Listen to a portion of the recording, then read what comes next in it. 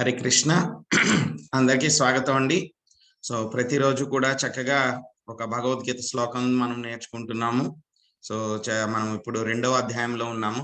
So ఈ రోజు మనము 2వ అధ్యాయంలో 66వ శ్లోకం చూద్దామండి. సో మన యొక్క కార్యక్రమం మొదలు పెట్టే ముందు ఇస్కాన్ శేషాద్రిపురం అధిష్టాన దేవతలైనటువంటి జగన్నాథుడు, బలదేవ, సుభద్ర మహారాణి, సుదర్శన యొక్క ఆశీర్వాదాలు తీసుకుందామండి. అలాగే నితాయ్ చైతన్య, వామనదేవ్, పంచతత్వ యొక్క ఆశీర్వాదాలు కూడా తీసుకుందాము.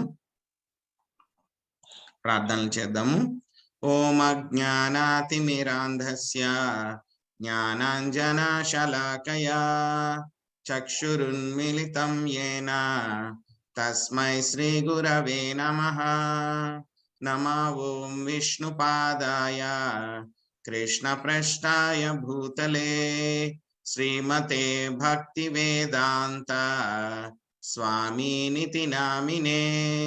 నమస్తే సరస్వతి దేవే గౌరవాణి ప్రచారిణే నిర్విశేష శూన్యవాది పాశ్చాత్య దేశతారిణే. జయ శ్రీ కృష్ణ చైతన్య ప్రభు నిత్యానంద శ్రీ అద్వైత గదాధర శ్రీవాసాది గౌర భక్త వృంద. హరే కృష్ణ కృష్ణ కృష్ణ హరే హరే, హరే రామ రామ రామ హరే హరే. హరే కృష్ణ. ఈరోజు మనము 2వ అధ్యాయము 66వ శ్లోకం చూద్దామండి. నాస్తి బుద్ధిరయుక్తస్య నచా యుక్తస్య భావనా నచా భావయత శాంతి అశాంతస్య కుతః సుఖం. కృష్ణ భక్తి భావన యందు భగవానునితో సంబంధమును పొందనివాడు విశుద్ధ బుద్ధిని గాని స్థిరమైన మనస్సును గాని కలిగి ఉండజాలడు. అవి లేనిదే శాంతి పొందుటకు ఆస్కారము లేదు. ఇక శాంతి లేనిదే సుఖమెట్లు కలుగును. చాలా చక్కని శ్లోకం అండి. సో ఎవరైతే కనుక ఈ భౌతిక ప్రపంచంలో ర్యాట్ రేస్ ఎలా అయితే కనుక సంపదలు వాటిలన్నిటి పట్ల ఎలాగ పరుగులు పెడుతున్నారో అటువంటి వాళ్ళకి ఏ విధంగా కూడా సుఖ సంతోషాలు ఉండవు అని చెప్పి స్వామి మనకి యొక్క శ్లోకంలో చెప్తున్నారనమాట. ఇంతకు ముందు శ్లోకంలో కూడా మనం చూసాం. సో ఎవరైతే కనుక కృష్ణ చైతన్య భావనలో పూర్తిగా వాళ్ళు సంతోషంగా ఉంటారో, సంతృప్తిగా ఉంటారో, వాళ్ళ మీద ఏంటంటే కనుక ఈ 3 రకాలైనటువంటి త్రివిధ క్లేశ అంటే 3 రకాలైనటువంటి క్లేశాలు వాళ్ళ మీద ఎటువంటి ప్రభావాన్ని కూడా చూపవు అని చెప్పి మనం తెలుసుకున్నాం ఇంతకు ముందు శ్లోకంలో. ఏంటండి ఆ 3 రకాలైనటువంటి క్లేశాలు అంటే కనుక ఆధ్యాత్మిక, ఆది భౌతిక, ఆది దైవిక క్లేశాలు అన్నమాట. ఆధ్యాత్మిక అంటే కనుక మన యొక్క శరీరము, అదే విధంగా మన యొక్క మనస్సు ద్వారా వచ్చినటువంటి సమస్యలు అన్నమాట. సో మన శరీరం కూడా రోజు మనకి చాలా సమస్యలు క్రియేట్ చేస్తుంది. అలాగే మన మనస్సు కూడా ఒక్కొక్కసారి మనల్ని చాలా బాధ పెట్టేస్తుంది అనమాట. సో చేయకూడనివన్నీ కూడా చేయమని చెప్తూ ఉంటుంది అనమాట. ఆ తర్వాత ఆది దైవిక అంటే కనుక వేరే ప్రాణుల నుంచి అన్నమాట. మన యొక్క బంధువులైనా అవ్వచ్చు, శత్రువులైనా అవ్వచ్చు, లేకపోతే కనుక జంతువులైనా అవ్వచ్చు, లేకపోతే చిన్న దోమలైనా అవ్వచ్చు, ఏవైనా సరే వాటి మూలంగా మనకు వచ్చేటువంటి క్లేశాలు ఆది దైవిక. ఇంకా 3వది ఏంటంటే కనుక ఆది భౌతిక అంటే కనుక న్యాచురల్ కలామిటీస్ అన్నమాట. అంటే మనకు వచ్చేటువంటి వరదలు కానీ, లేకపోతే తుఫాన్లు కానీ, అదే విధంగా చూస్తే కనుక కరోనా వైరస్ ఇలాంటి ఎపిడమిక్స్ కానీ, సో ఇవన్నీ కూడా ఏంటంటే ఆది భౌతిక క్లేశాలు అన్నమాట. సో ఇవి ఎవరైతే కనుక కృష్ణ చైతన్య భావనలో పూర్తిగా ఉంటారో వాళ్ళ మీద ఇటువంటి క్లేశాలు ఏ విధంగా కూడా వాళ్ళ మీద ప్రభావాన్ని చూపవు అని చెప్పేసి స్వామి మనకి చెప్పారనమాట. ఇంత ముందు శ్లోకంలో మనం చూసాం. ఇంకా తర్వాత శ్లోకంలో చెప్తున్నారు స్వామి. ఈ రోజు శ్లోకంలో ఏం చెప్తున్నారు అంటే కనుక ఎవరైతే కనుక భగవానుని తోటి సంబంధం కలిగి ఉండరో, కృష్ణ చైతన్య భావనలో భగవానుని తోటి సంబంధం ఎవరైతే కలిగి ఉండరో వాళ్ళకి స్థిరమైనటువంటి బుద్ధి ఉండదు. అదే విధంగా స్థిరమైనటువంటి మనస్సు కూడా ఉండదు అన్నమాట వాళ్ళకి. సో బుద్ధి స్థిరంగా ఉండదు, మనసు స్థిరంగా ఉండకపోతే కనుక వాళ్ళు ఎప్పుడు ఏం చేస్తూ ఉంటారు? పరుగులు పెడుతూ ఉంటారు. ఒకవైపు నుంచి ఒకవైపుకి, ఒకవైపు నుంచి ఒకవైపుకి పరుగులు పెడుతూ ఉంటారనమాట. సో ఆ విధంగా వాళ్ళకి శాంతి ఎక్కడ ఉంటుంది? ఎవరికైతే కనుక శాంతి లేదో వాళ్ళకి సంతోషం కూడా ఉండదు అని చెప్పి మనకి ఈ శ్లోకంలో స్వామి చెప్తున్నారనమాట. సో ఏంటి ఈ శాంతి ఏంటి? మనకి ఏ విధంగా మనము ఈ యొక్క భౌతిక ప్రపంచంలో చిక్కుకుపోయాము అనేటువంటిది మనం ఇక్కడ చూద్దాం. శ్రీమద్ భాగవతంలో మనకి 5వ స్కందంలో 5వ అధ్యాయం 8వ శ్లోకంలో చెప్తారనమాట. సో ఏం చెప్తారు అంటే గనక ఈ యొక్క స్త్రీ పురుషుల మధ్య ఉండేటువంటి ఈ యొక్క అట్రాక్షన్ ఏదైతే ఉందో అదే ఈ యొక్క భౌతిక ప్రపంచం యొక్క మూల సిద్ధాంతం అన్నమాట, ప్రిన్సిపల్ అన్నమాట. సో దాని మీద ఏమవుతుంది మనకి? గృహ క్షేత్ర సుతాప్త విత్తై. గృహ అంటే కనుక ఇల్లు, క్షేత్రం అంటే కనుక పొలం అన్నమాట, సుత అంటే కనుక పుత్రులు, పుత్రులు సంతానం, సుత ఆప్త విత్తై. విత్తై అంటే కనుక ధనం అన్నమాట. సో ఆప్త అంటే కనుక బంధుమిత్రులు, సొసైటీ అన్నమాట. సో ఏమవుతుంది? ఈ యొక్క స్త్రీ పురుషుల మధ్య ఉండేటువంటి యొక్క అట్రాక్షన్ ఏదైతే ఉందో దాని మూలంగానే మొత్తం ఇవన్నీ కూడా మొదలవుతాయి అన్నమాట. ఏమవుతాయి? మొదలైన తర్వాత వాటిలో ఏమవుతుంది? పూర్తిగా ఆ యొక్క ఇల్యూషన్ అన్నమాట. సో పూర్తిగా ఆ యొక్క ఇల్యూషన్ లో వాళ్ళు ఉండిపోతారు అన్నమాట. సో ఉండిపోయి వాళ్ళు నాది నేను అనేటువంటి భావనలో ఉండిపోతారు అన్నమాట. సో మనం కూడా చూస్తున్నాం. ఏంటంటే గనక ప్రతి ఒక్కళ్ళు కూడా పరుగులు పెడుతున్నారు. ఎవరినైనా అడిగారు అనుకోండి, మీరు ఏదైనా కృష్ణ చైతన్య భావన చేయండి, ఏదైనా చాంటింగ్ చేయండి, జపం చేయండి అని అంటే కనుక వాళ్ళు ఏం చెప్తారు? మాకు టైం లేదండి, మాకు సమయం లేదండి అని చెప్పి చెప్తారన్నమాట.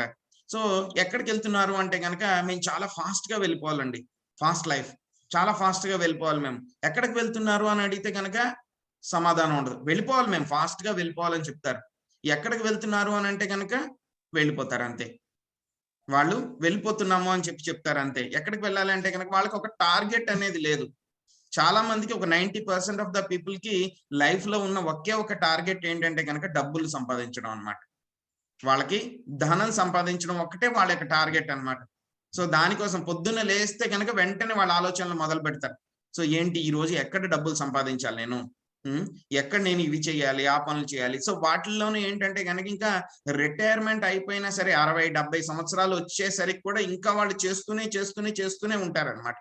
వాళ్ళు వదలరు. ఇంకా ఏమవుతుంది? 1 BHK, 2 BHK, 3 BHK విల్లాలు 1, 2, 3 ఎన్నున్నా సరే మనకి మాయ ఏంటంటే కనుక ఆ యొక్క గోల్స్ ఉంటుంది కదా, వాటిని మార్చేస్తూ ఉంటుంది. సో ఏం చేస్తున్నారు? ప్రతి ఒక్కళ్ళు కూడా మన యొక్క రేపు ఫ్యూచర్ ని బాగా చక్కగా చేసుకోవాలి, బెటర్ ఫ్యూచర్ రావాలని అందరూ ప్రయత్నిస్తూ ఉంటారు. Tomorrow better future. కానీ రేపుకి వెళ్ళినప్పుడు ఏమవుతుంది?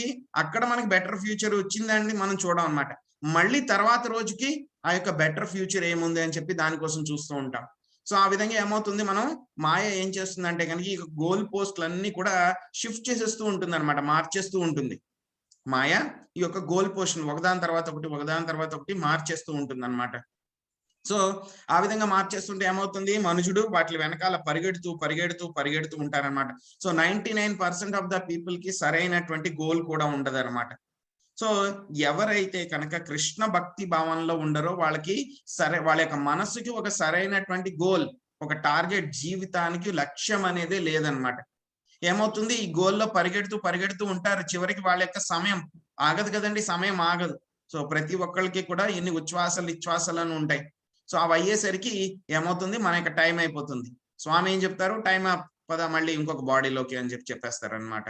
సో వీటి వెనకాల పడకుండా మనం ఏం చేయాలి? మన యొక్క సమయాన్ని సరైన విధంగా సరైనటువంటి టార్గెట్ కి మనము ఉపయోగించాలన్నమాట. సో ప్రతి ఒక్కరికి కూడా డిస్టర్బ్డ్ గా ఉంటారు ఎవరు చూసినా సరే ఈ భౌతిక ప్రపంచంలో అన్నమాట. సో ఈ భౌతిక ప్రపంచంలో ఇక డిస్టర్బ్డ్ గా ఉండే వాళ్ళకి ఏంటంటే కనుక వాళ్ళకి ఫైనల్ గోల్ అనేటువంటి సరిగ్గా ఉండదన్నమాట. ఫైనల్ గోల్ లేకపోతే ఏమవుతుంది? వాళ్ళకి ఎక్కడికి వెళ్ళాలో తెలియదు, ఏం చేయాలో తెలియదు. రోజు రోజుకి కొత్త కోరికలు, కొత్త ఆశలు ఇవన్నీ కూడా జరుగుతూ ఉంటాయి అన్నమాట. సో కానీ ఎవరైతే కనుక కృష్ణ చైతన్యంలో, కృష్ణ భక్తి భావనలో ఉంటారంటే కనుక వాళ్ళకి ఏ విధంగా ఉంటుంది అంటే కనుక మనకి స్వామి చెప్పారు 5వ అధ్యాయంలో అన్నమాట. భోక్తారం యజ్ఞ తపసాం సర్వలోక మహేశ్వరం సుహృతం సర్వభూతానాం జ్ఞాత్వామాం శాంతి మృచ్యతి అని చెప్పారనమాట. స్వామి ఏం చెప్పారు? భోక్తారం యజ్ఞ తపసాం. సో ఎవరైనా సరే ఏ యజ్ఞాలు చేస్తున్నా సరే ఆ యజ్ఞాల యొక్క బెనిఫిషియరీ, ఆ యజ్ఞ ఫలాలన్నీ కూడా ఎవరికి చెందుతాయి? స్వామికి, ఆ శ్రీకృష్ణ భగవానుడికి చెందుతాయి. సర్వలోక మహేశ్వరం. ఆయన ఏంటి? యజమాని. దేనికి యజమాని అంటే గనక మన యొక్క భౌతిక ప్రపంచానికి, ఈ దేశానికి, ఈ ప్రపంచానికి కూడా కాదు, భూమికే కాదు, మొత్తం 14 లోకాలు ఏవైతే ఉన్నాయో, బ్రహ్మాండాలు ఏవైతే ఉన్నాయో, ఆధ్యాత్మిక లోకాలు ఏవైతే ఉన్నాయో వాటిలన్నింటికీ కూడా ఆయనే యజమాని. సో ఇంత పెద్ద యజమాని, ఇంత పెద్ద వ్యక్తి ఏంటి? సుహృదం సర్వభూతానాం. ఆయన ఏంటంటే కనుక మనందరి యొక్క వెల్ విషర్, మనందరికీ కూడా మంచి జరగాలి అనేటువంటి ఒక వ్యక్తి అన్నమాట. ఆయన ఎప్పుడు కూడా మనందరితో పాటు పరమాత్మ కింద మన యొక్క హృదయంలో ఆయన ఎప్పుడు కూర్చుని ఉంటారన్నమాట. సుహృదం సర్వభూతానాం. సో ఎవరైతే కనుక ఈ యొక్క శాంతి ఫార్ములా, శాంతి సూత్రాన్ని తెలుసుకుంటారో వాళ్ళకి ఏమవుతుంది? వాళ్ళు పరమ శాంతిని పొందుతారు అని చెప్పి మనకి శ్రీల ప్రభుపాదుల వారు చెప్పడం జరిగింది. ఆయన యొక్క భాష్యంలో స్వామి కూడా భగవద్గీతలో మనకి చెప్పారనమాట. సో మనం ఏంటంటే కనుక ఎప్పుడు మనకి శాంతి లభిస్తుంది? మన యొక్క గోల్ గురించి మాట్లాడుకున్నాం కదండి. ఒక భౌతిక ప్రపంచంలో ఉండేటువంటి సామాన్య వ్యక్తి ఏంటంటే ఆయనకి గోల్ ఏంటి? ఎప్పుడు కూడా ధనాన్ని సంపాదించడం, ధనాన్ని సంపాదించడం, అదే గోల్ అని అనుకుంటాడు. కానీ ఎవరైతే కనుక ఈ యొక్క కృష్ణ చైతన్య భావంలో ఉన్న వ్యక్తి ఏమనుకుంటాడు అని అంటే కనుక ఆయన ఎప్పుడు కూడా భగవంతునితోటి ఆయన పోగొట్టుకున్నటువంటి ఒక సంబంధాన్ని ఏర్పరచుకోవడం అన్నమాట. Re-establish the last relationship. మనందరికీ కూడా ఏంటంటే ప్రతి వ్యక్తికి కూడా ఏంటంటే కనుక భగవంతుడితోటి, ప్రతి జీవికి కూడా భగవంతుడితోటి ఒక పర్టికులర్ సంబంధం ఉందన్నమాట. కానీ ఏంటంటే కనుక ఎప్పుడైతే మనం ఈ భౌతిక ప్రపంచంలో వచ్చామో అప్పుడు ఏమైందండి? ఈ యొక్క సంబంధాన్ని మనం మర్చిపోయాం. స్వామితో పాటు ఏంటి మనకి సంబంధం అనేది. సో ప్రతి జీవికి కూడా 5 రకాలైనటువంటి సంబంధాలు ఉంటాయన్నమాట. ఒకటి శాంత, ఇంకొకటి దాస్య, సాఖ్య, వాత్సల్య, మాధుర్య. 5 రకాలైనటువంటి సంబంధాలు. శాంతరసం అంటే కనుక భక్తుడు న్యూట్రల్ స్టేట్ లో ఉంటాడనమాట. సో రెండవది ఏంటంటే కనుక దాస్యరసం. దాస్యరసం అంటే కనుక స్వామికి ఒక సేవకుడి కింద ఉండడం అన్నమాట. సో ఎలా అంటే కనుక మనకి హనుమాన్జీ అన్నమాట. సో హనుమంతుల వారు ఏ విధంగా స్వామికి ఎప్పుడు కూడా సేవ చేస్తూ ఉంటారో ఆ విధమైనటువంటి స్థితిలో ఉండడం అన్నమాట. ఇంకా మూడవది ఏంటంటే కనుక సాఖ్యం. సాఖ్యం అంటే కనుక మనకి స్వామితోటి ఫ్రెండ్షిప్ కలిగి ఉండడం అనమాట, స్నేహబంధాన్ని కలిగి ఉండడం అనమాట. అర్జునుడు, సుధామ, గోపబాలురు వీళ్ళందరూ కూడా స్వామితోటి ఆ యొక్క సంబంధాన్ని కలిగి ఉంటారనమాట. ఇంకేంటంటే కనుక వాత్సల్య బంధం అనమాట. వాత్సల్యం అంటే కనుక స్వామికి ఒక తల్లిదండ్రుల కింద ఉండడం అనమాట. యశోద, నంద మహారాజ్, వసుదేవుడు, దేవకి, సో అటువంటి వాళ్ళు అనమాట. ఇంకా తర్వాత ఏంటంటే కనుక మాధుర్య రసం. మాధుర్య రసం అంటే స్వామికి భార్యలు అనమాట, భార్యలు, అదే విధంగా గోపీస్ అన్నమాట. సో వాళ్ళందరూ కూడా మాధుర్య రసంలో ఉంటారనమాట. సో మనందరికీ కూడా ఏంటంటే కనుక స్వామి తోటి ఒక స్పెషల్ రిలేషన్షిప్ ఉందన్నమాట మనందరికీ కూడా. కానీ మనం మర్చిపోయాం ఆ యొక్క రిలేషన్షిప్, ఆ సంబంధం ఏంటి అనేది మనం మర్చిపోయాం. కానీ ఆ సంబంధాన్ని మనం మళ్ళీ తిరిగి పునఃస్థాపించుకోవాలి, రీఎస్టాబ్లిష్ చేసుకోవాలి అని అంటే కనుక మనం ఏం చేయాలండి? మనము ఏం చేయాలి? కృష్ణ చైతన్య భావంలో మనం స్వామి యొక్క భక్తియుత సేవని, విధి విధానాలను అనుసరించి మనం చెయ్యాలన్నమాట. సో దీనికి ఇంకొక చక్కని స్టోరీ ఉందన్నమాట. ఎలాగ భౌతిక ప్రపంచంలో మనము ఇక్కడ చిక్కుకుపోయి ఉన్నాము అని చెప్పేసి. ఒక వ్యక్తి ఉన్నాడు అనమాట. సో ఆయన ఏంటంటే గురువుగారి దగ్గరికి వెళ్ళాడు. గురువుగారు వెళ్ళిపోయే ముందు ఆయనకి చెప్పారనమాట, కొన్ని ఆయనకి కొంచెం గ్రంథాలు ఇచ్చి ఈ యొక్క గ్రంథాలకి నువ్వు రోజు సేవ చేసుకుంటూ ఉండు అని చెప్పారనమాట. సేవ చేసుకుంటూ ఉండమంటే కనుక అలాగే అని చెప్పేసి ఆయన జాగ్రత్తగా చక్కగా ఆ యొక్క గ్రంథాలన్నీ కూడా ఆయన యొక్క చిన్న కుటీరంలో పెట్టుకుని ఆయన సేవ చేస్తూ ఉన్నాడు అనమాట. ఏమైందంటే ఆ కుటీరంలో ఒక ఎలక రావడం మొదలు పెట్టింది. ఈ ఎలక ఏం చేస్తుంది? ఈ యొక్క పుస్తకాలు ఏవైతే ఉన్నాయో వాటిలన్నిటిని కూడా కొరికేస్తుంది అనమాట. సో ఎంత ప్రయత్నించినా సరే ఆయన ఆపలేకపోతాడనమాట, ఈ యొక్క ఎలకని ఆపలేకపోతాడనమాట. ఏం చేస్తాడు? ఒక ప్లాన్ చేస్తాడనమాట. సో ఈ ఎలకని కంట్రోల్ చేయడానికి ఏం చేయాలి? నేను ఒక పిల్లిని పెంచుతాను. సో ఒక పిల్లిని పెంచుకోవడం మొదలు పెడతాడు. సో ఏమవుతుంది ఇప్పుడు? ఈ యొక్క పిల్లిని తెచ్చుకున్న తర్వాత బాగుంది, కానీ వెంటనే ఆ ఎలక రావడం అనేది ఆగిపోయింది అనమాట. కానీ ఈయనకి ఇంకొక కొత్త సమస్య మొదలైంది. ఏంటి ఆ సమస్య అంటే కనుక మరి పిల్లి ఉంది కదండి, మరి పిల్లికి ఏదో ఒకటి పెట్టాలి, రోజు పాలు పోయాలి ఆ పిల్లికి. సో అందుకని ఏం చేశాడు? పిల్లికి పాలు కావాలి, పాలు ఎలా తీసుకురావాలని ఆలోచిస్తాడు అనమాట. పాలు తీసుకురావడానికి ఆలోచిస్తే వెంటనే ఒక ఆవును పెంచుకుందాము, ఒక ఆవును పెంచుకుంటే కనుక దానికి ఆటోమేటిక్ గా పాలు ఇస్తుంది. ఆ పాలు ఇస్తే కనుక ఆ పాలు పిల్లికి పోషిస్తే మన ప్రాబ్లం సాల్వ్ అని అనుకుంటాడు అనమాట. సో ఏం చేస్తాడు, ఒక ఆవును తెచ్చుకుంటాడు, ఆయన యొక్క పెరట్లో కట్టేస్తాడు అనమాట. కట్టిన తర్వాత ఏమవుతుంది మరి, ఆవు ఊరికే పాలు ఇవ్వదు కదండి, ఆవును కూడా ఎవరో ఒకళ్ళు గడ్డి పెట్టాలి, ఆవును కడగాలి, చూసుకోవాలి, ఎవరో ఒకళ్ళు ఉండాలి. సో ఈయనకి ఆ టైం లేదు, అంతవరకు చేయలేకపోతున్నాడు. ఏం చేస్తాడు ఆయన, ఈ యొక్క ఆవును చూసుకోవడం కోసం అని చెప్పేసి ఒక భార్యను పెళ్లి చేసుకుంటాడు, ఒక అమ్మాయిని పెళ్లి చేసుకుంటాడు అనమాట. సో అమ్మాయిని పెట్టుకుంటాడు. ఏమవుతుంది, ఈ యొక్క అమ్మాయిని పెట్టుకున్న తర్వాత మళ్ళీ ఆవిడ కూడా అడుగుతుంది కదా, ఈ యొక్క చిన్న కుటీరం మనకు సరిపోవట్లేదండి, ఒక పెద్ద ఇల్లు కావాలి అని అడుగుతుంది అనమాట. సో ఆ విధంగా ఒక పెద్ద ఇల్లు తీసుకుంటాడు ఆయన. ఇల్లు తీసుకున్న తర్వాత మళ్ళీ ఆవిడ ఊరికే ఉంటుంది ఆ భార్య. ఏమవుతుంది, ఇంట్లోకి అవి కావాలి ఇవి కావాలని అడుగుతుంది. అలాగే ఏమవుతుంది, పిల్లలు రావడం మొదలు పెడతారు. సో వీళ్ళందరినీ చూసుకుంటూ చూసుకుంటూ అసలు వాళ్ళ యొక్క గురువు గారు చెప్పినటువంటి ముఖ్యమైనటువంటి పని ఏంటి, సో ఆ గ్రంథాలకి సేవ చేసుకుంటూ అధ్యయనం చేసుకోమన్నారు. ఇప్పుడు ఈయనకి సమయంలో ఏంటంటే కనుక మొత్తం అంతా కూడా ఎలా వెళ్ళిపోయిందంటే కనుక ఈ యొక్క సంసారంలో పడిపోయి వాళ్ళ యొక్క పిల్లల్ని చూసుకోవడం, ఆవుల్ని చూసుకోవడము, వీళ్ళకి డబ్బులు సంపాదించడం, వీళ్ళని పోషించడము. సో వీటితోనే ఆయన యొక్క సమయం అంతా కూడా అయిపోతుంది అనమాట. కొన్ని రోజులు గురువు గారు వస్తారు, వచ్చి ఈ యొక్క శిష్యుడి యొక్క స్థితిని చూస్తారు. అప్పుడు అడుగుతారు అనమాట, ఏంటి నేను చెప్పింది ఏంటి, నువ్వు ఏం చేసావు, సో మొత్తం నువ్వు సంసారంలో మునిగిపోయావు అని చెప్పి చెప్తారనమాట. సో అదే విధంగా మనకి ఈ రోజు కూడా మన యొక్క ఎడ్యుకేషన్ సిస్టమ్ ఎలా ఉందంటే కనుక ఈ విధంగానే ఉందన్నమాట. మనందరికీ కూడా ఒక రోబోట్స్ అన్నమాట, డబ్బులు సంపాదించేటువంటి మిషన్స్ కింద తయారు చేస్తున్నాయి. కానీ మన యొక్క ఎడ్యుకేషన్ సిస్టమ్ మనకి ఎవరికి కూడా సరైనటువంటి విద్యని ఎక్కడా కూడా మనకి ఇవ్వట్లేదు అనమాట.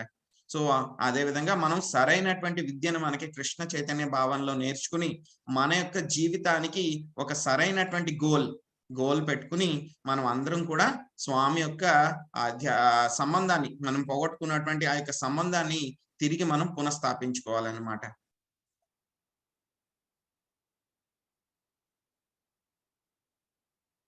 సో ఆది దైవిక అని చెప్పుకున్నాం కదండి. మనం ఆది దైవిక క్లేశాలు అని అంటే కనుక అవి యొక్క న్యాచురల్ కలామిటీస్ ఏవైతే ఉన్నాయో అవి ఆది దైవిక క్లేశాల నుంచి వస్తాయన్నమాట. సో ఆది భౌతిక అంటే కనుక వేరే జీవుల నుంచి వచ్చేటువంటి క్లేశాలు అనమాట. అది కొంచెం ఇంటర్చేంజ్ అయింది స్టార్టింగ్ లోను. సో మనం ఏం చేయాలి అని అంటే కనుక స్వామి ఇక్కడ చెప్పినట్లు ఎవరి బుద్ధి అయితే కనుక సరిగ్గా స్థిరంగా ఉండదో వాళ్ళకి శాంతి ఉండదు. కాబట్టి మనం ఏం చేయాలి, ప్రతి ఒక్కళ్ళు కూడా సంతోషం కావాలని కోరుకుంటారు. కాబట్టి ఏం చేయాలి, మనం కూడా సంతోషం కావాలి, నిజమైనటువంటి శాంతి రావాలి అంటే కనుక మనందరూ కూడా కృష్ణ చైతన్య భావనలో స్వామికి సేవ చేస్తూ మనం పోగొట్టుకున్నటువంటి, మనం మర్చిపోయినటువంటి మన యొక్క సంబంధాన్ని, స్వామితో ఉండేటువంటి మన యొక్క నిత్యమైనటువంటి సంబంధాన్ని మనం పునఃస్థాపించుకోవాలి అని చెప్పేసి మనకి ఈ శ్లోకంలో శ్రీల ప్రభుపాదుల వారు ఈ విధంగా చెప్తున్నారండి. హరే కృష్ణ. ఎవరికైనా ఏమైనా ప్రశ్నలు ఉన్నాయండి?